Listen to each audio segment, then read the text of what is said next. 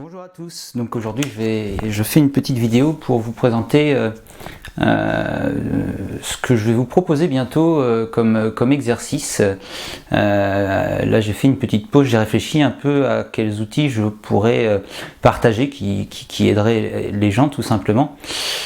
Et donc j'ai eu cette idée de vous proposer de regarder en fait un peu votre vie, ce qui se passe dans votre vie à travers différents prismes. Des prismes, des sagesses en fait, des outils, des réflexions, des pensées, des paroles de personnes un peu que l'on dit sages, tout simplement. Voilà, et pour les appliquer un petit peu, donc comment concrètement appliquer ça dans nos vies et vous accompagner un petit peu là-dessus. Voilà, alors en fait, pourquoi un prisme? Alors, moi, je m'en suis acheté un prisme, je m'en suis acheté un tout simplement pour voir les vraies couleurs hein, lorsque la lumière se décompose, c'est assez fou, hein. Faut voir les couleurs quand vous le faites avec le soleil, c'est d'une intensité assez incroyable. Mais ce qui est intéressant avec le prisme, en fait, c'est que donc il prend quelque chose et il le décompose, en fait, tout simplement. Et donc le fait que ça décompose les choses, ça nous permet un petit peu donc d'avoir un autre point de vue, d'avoir une autre compréhension, un peu comme un filtre. Quoique le filtre parfois ça cache un petit peu hein, la vérité, mais par exemple le soleil, hein, le soleil, si vous le prenez en photo comme ça, sans filtre, il n'y a que de la lumière. Par contre, si vous prenez un filtre, vous allez peut-être voir, je sais pas moi, les tourbillons de feu sur le soleil, les éruptions solaires, des choses comme ça. Ça permet vraiment en fait d'avoir un autre point de vue, une autre compréhension, de regarder à travers ces choses-là. Et le fait d'avoir une compréhension des choses, c'est très libérateur parce que je vais vous donner un exemple.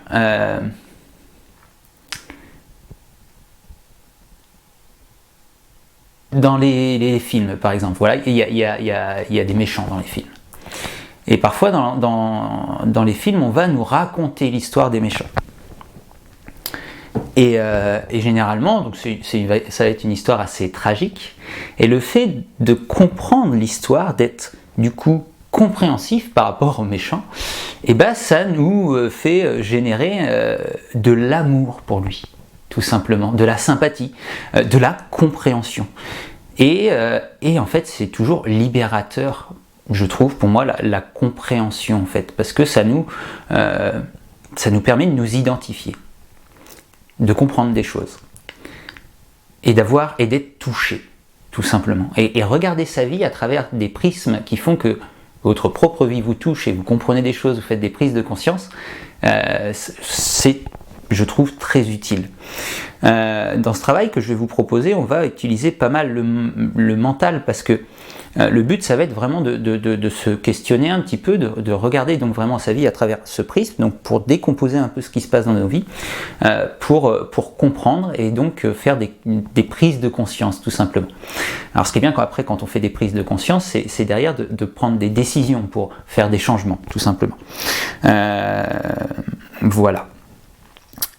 Et donc souvent on connaît plein de principes de sagesse un petit peu et on lit des bouquins, on est plutôt ok avec ce que les bouquins racontent, mais souvent on prend pas le temps en fait de vraiment appliquer ça à sa vie.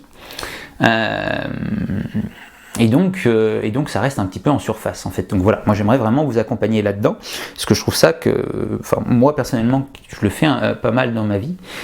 Quand j'ai vraiment pris le temps de prendre une sagesse, un outil, quelque chose, je sais pas, par exemple les accords Toltec, hein, tout le monde les connaît, mais peu de gens les appliquent. Quand vraiment on se plonge là-dedans et tous les jours on va voir un petit peu sa vie à travers ces filtres-là, ça nous fait vraiment avancer, ça nous fait vraiment faire des prises de conscience, ça fait avancer notre sagesse, et plus on est sage, pour moi, plus on est libre, plus on est heureux, plus on comprend, plus on est compréhensif, plus on est touché, tout simplement. Voilà.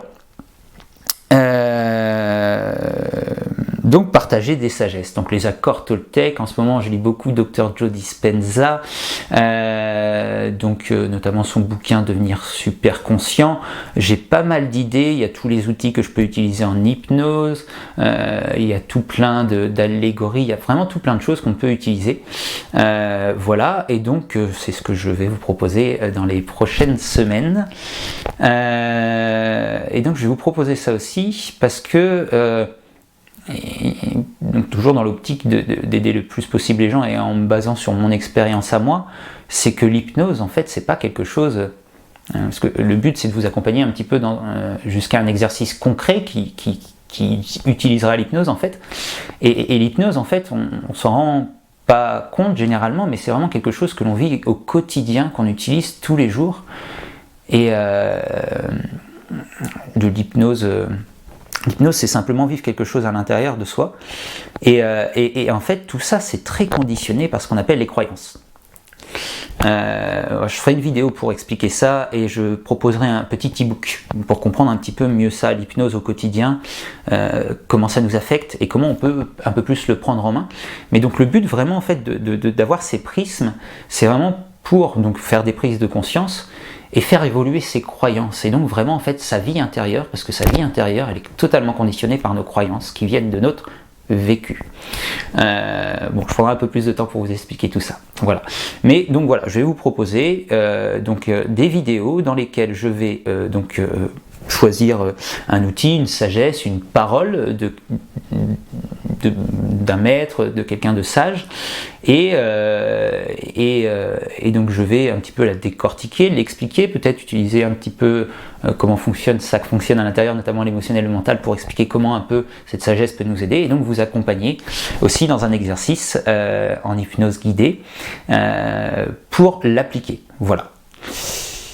Et donc bon, ce qui est bien avec ces outils-là quand même, c'est de le faire quand même plusieurs fois. Les durées généralement qu'on dit c'est 21 jours, 90 jours. C'est bien parce que ça devient après vos habitudes en fait de penser, d'avoir ces points de vue qui sont bons pour vous, sages et donc libérateurs. Donc après, un coup de temps en temps, c'est bien aussi. Sur un problème spécifique, c'est bien aussi. Mais bon, voilà, j'encourage les gens quand on fait un petit travail comme ça. Le but, c'est que ce soit présent en nous, en fait, qu'on soit un peu méditant, en fait, avec ce prisme au jour le jour. Et donc pour ça, ce qui est bien, c'est vraiment donc de se faire une petite routine quotidienne, de la tenir pendant un certain temps. Et si on la tient suffisamment longtemps, et notamment ces 21 jours, c'est ce qu'on dit, 21 jours avant qu'un comportement devienne une habitude, et ben ça commence à vraiment vivre en vous, à l'intérieur, dans l'inconscient. Et donc là, vraiment, ça peut devenir vraiment libérateur, parce que ça fait partie de vous. Vous l'avez bossé, c'est plus seulement une connaissance.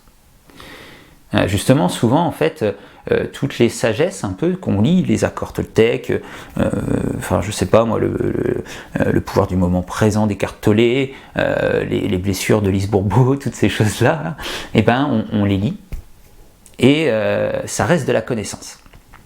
Mais ce qui est vraiment efficace, c'est de passer par 2 étapes pour faire de cette connaissance un savoir et du coup un savoir-faire.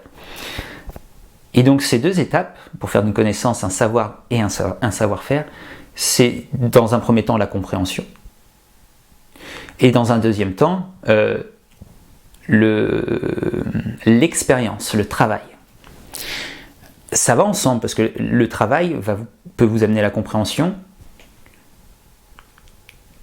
C'est bien de comprendre pour faire le travail, mais une fois qu'on a fait, on sait faire. C'est comme si... alors la connaissance, par exemple, c'est la recette des crêpes. Vous pouvez la connaître par cœur, mais c'est pas pourtant que vous savez faire des crêpes. Pour savoir faire des crêpes, il faut faire des crêpes. Et au bout d'un certain nombre d'essais, on fait quelques petites erreurs, on se corrige. Le mieux, c'est de faire le moins d'erreurs possible, d'essayer d'être le plus juste possible, mais justement aussi, le processus de compréhension se fait aussi souvent par l'expérience, donc c'est ok. Et donc, au bout d'un moment, c'est intégré et on sait faire, tout simplement. Et c'est quand on sait que c'est efficace, pas quand on connaît. Parce que quand on sait, c'est vrai pour nous, c'est nos croyances, et les croyances sont fondamentales. Voilà, alors j'ai un petit peu digressé par rapport à tout ce que je voulais dire, mais c'est pas grave. Tout ce que je voulais dire est dans la vidéo. Voilà, donc je vous dis à bientôt pour ces fameuses vidéos Regardez ma vie à travers le prisme des sagesses. Voilà, à bientôt.